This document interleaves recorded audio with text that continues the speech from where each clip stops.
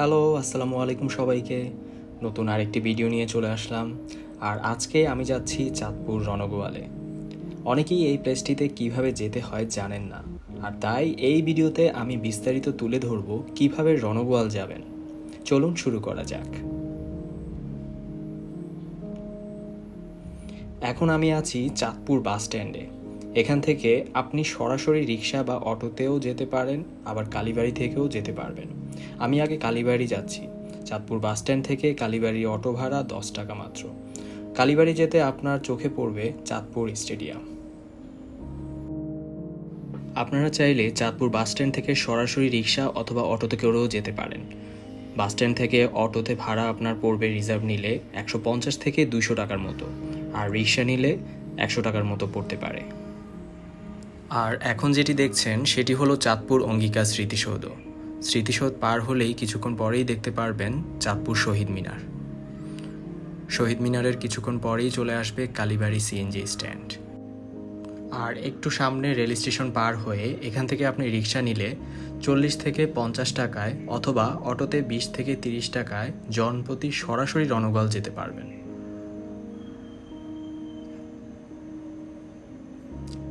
আমরা এখন কালীবাড়ি মন্দির পার হচ্ছি।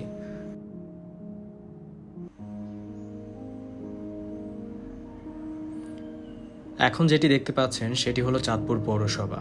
আর চাঁদপুর পৌরসভার কিছুক্ষণ পরেই আপনি পালের বাজার দেখতে পারবেন। পালের বাজারের ঠিক উপরেই আপনাকে এখন চাঁদপুর পুরান বাজার ব্রিজটি পার হতে হবে। ব্রিজ থেকে আপনার রণগোয়াল যেতে 15 থেকে 20 মিনিটের মতো সময় লাগবে। রণগোয়ালের প্রত্যেকটা পয়েন্ট খুব সুন্দরভাবে উপভোগ করতে হলে বিকাল 4টার আগেই চলে আসবেন।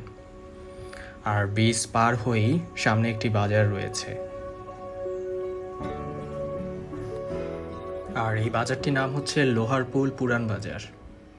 এই বাজারের কিছুক্ষণ পরেই চলে আসবে রণগোয়াল।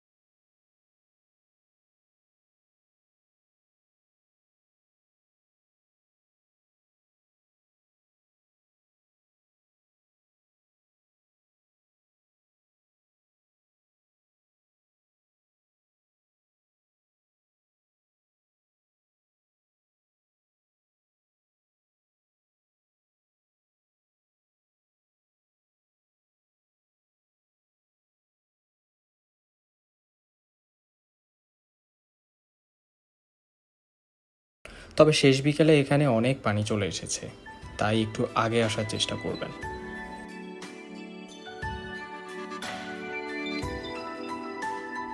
এটি হচ্ছে আমাদের আসার সময়ের দৃশ্য। আর তার কিছুক্ষণ পরেই এখন দেখুন প্রচুর পরিমাণ পানি চলে এসেছে।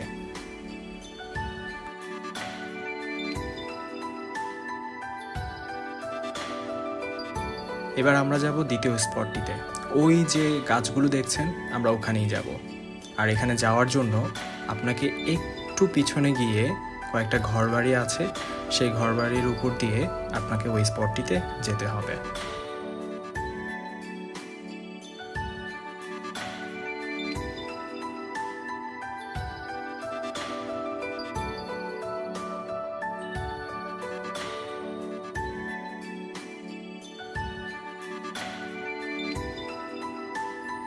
আর সবশেষ এখন আমরা তৃতীয় স্পটটিতে যাব। ঘাটটা থেকে ওই যে মাঠটি দেখতে পাচ্ছেন, আমরা সেখানেই যাব। মূলত পানি বেড়ে যাওয়ার কারণে আমাদের এই পথটি এই রোড দিয়ে ঘুরে ঘুরে যেতে হচ্ছে। হেঁটে গেলে 5 মিনিট লাগবে। আর এই রাস্তাটির নাম হচ্ছে ইদ্রিস খান সড়ক।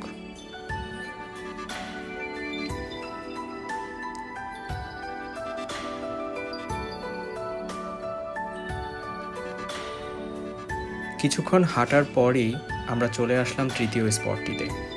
এখানে খোলা মাঠের মতো জায়গা পাবেন, আর শেষ বিকালে খুব সুন্দর সূর্যডোবা দেখতে পারবেন। আর স্নিগ্ধ বাতাস তো রয়েছেই।